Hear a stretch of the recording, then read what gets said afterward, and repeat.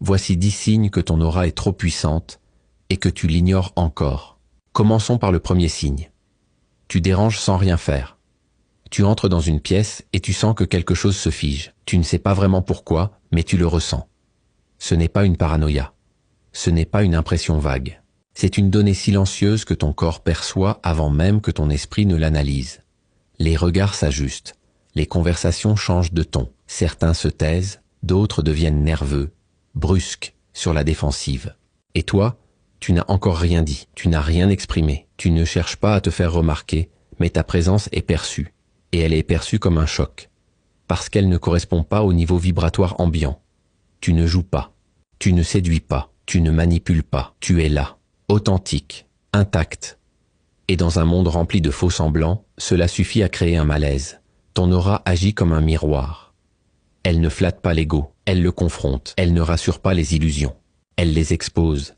Et certains ne peuvent pas le supporter. Ton calme devient une menace pour ceux qui vivent dans l'agitation. Ton silence devient une attaque pour ceux qui se définissent par le bruit. Ton regard devient insoutenable pour ceux qui fuient leur propre reflet. Et toi tu ressens cela profondément. Mais tu n'en comprends pas toujours l'origine. Alors parfois tu doutes de toi. Tu te dis que tu devrais être plus léger, plus sociable, plus lisse. Tu penses qu'il faut t'adapter.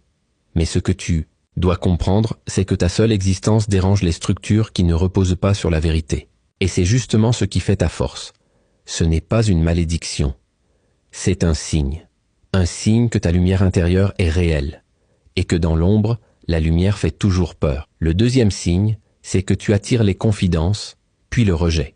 Tu ne demandes rien, tu ne pousses personne à se livrer. Et pourtant, encore et encore, des gens viennent vers toi pour dire ce qu'ils n'ont jamais dit à personne.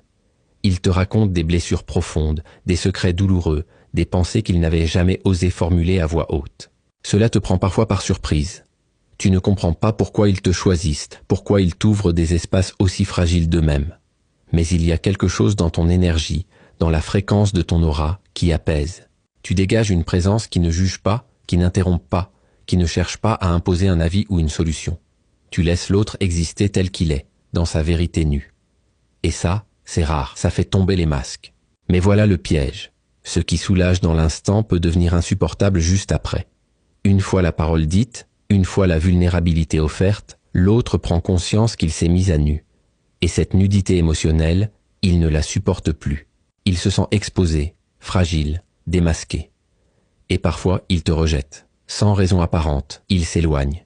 Il devient froid, distant, voire agressif, comme s'il fallait effacer pour oublier ce qu'il a montré de lui-même. Ce n'est pas